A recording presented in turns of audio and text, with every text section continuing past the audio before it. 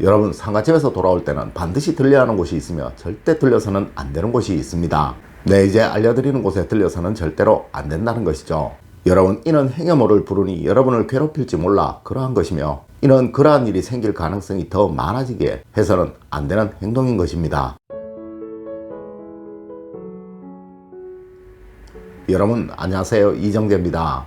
여러분, 과거에는 상을 치를 때 마을에서 도움을 받아 치르는 경우가 대부분이었습니다. 하여 사실 큰 해가 있다고는 하지 않았지만, 그래도 혹시 객사라도 당한 사람, 호환이라도 당한 사람의 경우에는 가족들만 상을 치르는 것이 원칙이었습니다. 네, 한이 많은 사람일 수 있기에 그러했던 거예요. 하지만 현대의 경우에는 병원이나 전문 장례식장에서 상을 한꺼번에 여러 집에서 치르는 것이 보편화되었습니다. 네, 어느 집의 상이 길상이고 어느 집의 상이 흉상인지 알 수 없는 경우가 대부분이며, 행여 여러분이 가는 상갓집에 이웃에 흉상이라도 있는 경우에는 기가 약한 누군가는 반드시 큰 어려움을 겪을 수가 있다는 것이죠. 물론 이를 막기 위해 육개장도 나눠 먹고 나름 여러 가지 대처도 하지만, 그래도 한이 많은 홀령은 저승으로 가는 것을 거부하는 경우가 있을 수 있다는 것이죠. 네, 하여 과거에도 상갓집에 다녀오는 길에는 반드시 피해야 하는 곳이 있었으며, 이는 비록 현대라고 할지라도 알아서 또 피해서 손해볼 일은 없을 것입니다. 자, 여러분, 상갓집에 다녀오실 때는 절대 이곳에는 들리지 마십시오.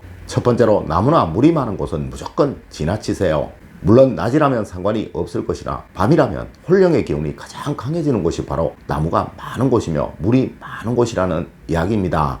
여러분, 사실 일반적인 경우가 아니라면, 또한 특히 기가 약한 사람의 경우가 아니라면 홀령에 사람이 점령을 당하는 경우는 잘 없습니다. 네, 음은 고정적이며 양은 활동적이라 음의 기운이 양의 기운을 이기는 경우가 거의 없다는 것이죠. 하지만 여러분, 음의 기운이 아주 강해지게 되면 이야기는 달라지는 거예요. 네, 하여 우리의 고전에서도 거의 대부분의 귀신의 활동을 물과 산으로 한정을 하고 있는 것이죠. 혹시 여러분 이런 소리 한번 들어보신 적이 있으신가요? 장례식장에서는 나무 밑에 가지 말아야 한다라는 말입니다. 네, 한을 품은 원기는 반드시 나무를 찾게 되고, 그 나무를 통해 자신의 기운이 강해지게 되어 사람을 괴롭힐 수가 있기에 그러한 거예요. 물론 가로수 한두 그루 정도 있는 곳이라면, 또한 작은 개천이라면 문제가 될 것이 없을 것이나, 나무가 많은 공원이나 호수 산책로 같은 곳은 상갓집에서 돌아오는 길이라면 절대 들려서는 안 되는 곳이며, 더더군다나 이런 곳에서 차를 세우고 쉬셔서는 절대로 안 되는 것입니다.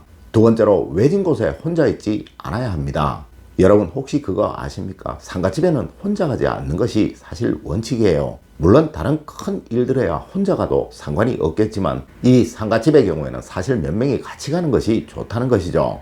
여러분, 나이가 드신 분이나 몸이 약한 여성의 경우, 또한 병이 있는 사람의 경우 상갓집에 가는 것을 웬만해서는 피해야 한다는 그 이유는 바로 이분들이 기가 약할 가능성이 아주 많기에 그러한 것입니다. 네, 이러한 분도 있죠. 상갓집에 아무리 다녀봐도 아무런 이상 없더라 라고 말하시는 분 말입니다. 맞습니다. 이렇게 기가 강한 분의 경우에는 절대 아무런 해가 생길 수가 없는 거예요. 네, 분명 기가 센 사람과 기가 약한 사람이 있다는 것이죠. 이는 홀령이 접근할 수 있는 사람이냐, 접근할 수 없는 사람이냐로 생각하시면 될 듯 합니다. 물론 우리의 일상생활에서도 함부로 말도 하기 어려운 기가 센 사람도 있으며, 아주 만만한 쉽게 보이는 사람이 분명히 있는 것이 사실이듯이, 이 원한이 있는 홀령 역시 그러하다는 것이죠. 하여 가능한 여러분, 장례식장에서 돌아오실 때는 혼자라면 외진 곳은, 특히 아주 어두운 곳이라면 피하시는 것이 좋으며, 또한 이러한 곳에서는 피곤하시더라도 쉬셔서는 절대로 안 되는 것입니다.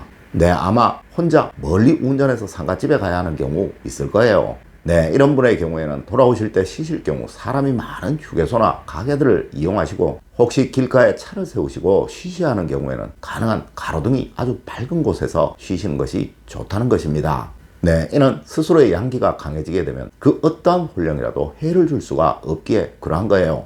세 번째로, 여러분 집으로 바로 돌아오셔서는 절대로 안 되는 것입니다. 여러분, 아마 이런 분이 있으실 거예요. 아주 바빠서 상갓집에서 바로 사무실로, 또 가게로 바로 정리를 하러 가셔야 하는 분 말입니다. 물론 상갓집에서 집으로 바로 운전을 해서 돌아오시는 분도 있을 수 있을 거예요. 물론 이런 분들에게는 그 어떤 홀령이라도 해를 주기 어려울 것입니다. 네, 하는 행동이 아주 배짱이 있는 행동이며, 이런 사람들은 대부분이 아주 기가 강한 사람들이기 때문이죠. 하지만 여러분, 문제는 그 가정에 기가 아주 약한 사람이 있을 수 있으며, 그 회사에, 그 가게에 또한 기가 아주 약한 사람이 있을 수 있다는 것입니다. 여러분, 불교에서는 홀령이 이승의 기억을 모두 잊는 시간을 49일이라고 하며 첫 7일간은 자신의 죽음을 이해하지 못하고 받아들이지 못하고 돌아다니게 된다고 하며 또한 다른 사람에게 해를 주기도 한다고 합니다. 네, 여러분, 절대 여러분만 생각해서는 안 된다는 거예요. 여러분, 제가 저번에 올려드렸던 상가집에 관한 영상에서 상가집에 다녀온 후 이상한 일이 있었다라는 댓글이 올라온 것들을 생각한다면 이는 분명 무시할 수만은 없는, 또한 완전히 무시해서는 안 된다는 반증이기도 한 것입니다. 맞습니다. 분명 여러분은 아니겠지만 여러분의 가족이, 또 여러분의 동료가 여러분으로 인해 해를 입을 수가 있다는 거예요. 네, 하여 절대 바로 오지 마시고 사람이 많은 곳, 또 근처에 종교시설이 있다면 그곳에 잠시라도 들리셨다가 집으로 돌아오시는 것이 좋은 행동이라는 것이죠. 네 번째로, 기분이 찜찜하시다면 반드시 이것을 손에 드십시오. 여러분, 분명 아셔야 합니다. 찜찜한 기분이 들고 있다는 것은 뭔가 좋지 않은 일이 분명 생기고 있다는 것이며 이는 여러분의 본능이 이를 거부하고 있다는 이야기예요. 하여 풍수학에서는 마음에 걸리는 어떠한 일도 하지 않는 것이 가장 좋다라고 말하고 있으며 이는 물건을 사는데도, 집안에 물건을 들여놓는데도, 또한 여러분이 사람을 만나시는데도 모두 적용이 되는 이야기입니다. 네, 세상 그 어떠한 일도 찜찜한 기분이 들 때는 피하는 것이 상책이며 이를 무시하고 행했을 때 거의 대부분의 일들이 좋은 경우가 없다는 거예요. 물론 상가집에 다녀오시면서 이런 기분이 드셨다는 것은 이는 분명 뭔가 여러분의 본능이 거부할 만한 일이 생기고 있거나 또 다가오고 있는 것입니다. 특히 여러분이 예민하신 분이시거나 기가 약한 분이시라면 이런 경우 많이 겪으실 거예요. 네, 이러할 때는 종교적인 물건을 손에 들고 계시는 것이 가장 좋습니다.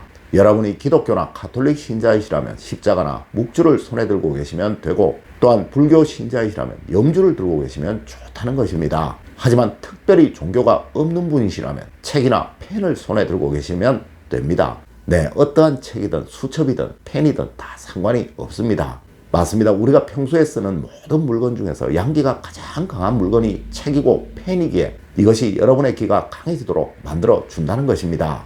여러분, 오늘은 상가집에 다녀오시면서 절대 들려서는 안 되는 곳에 관해서 알려드렸습니다. 여러분, 세상 모든 것들은 무시하는 것보다 안 하는 것이 제일입니다. 오늘 제가 알려드린 이야기 여러분들 꼭 명심하시길 부탁드리며 오늘 이야기를 마치도록 하겠습니다. 늘 올바른 학문과 올바른 지식을 여러분들께 전하도록 노력하겠습니다. 여러분, 긴 시간 감사드립니다. 감사합니다.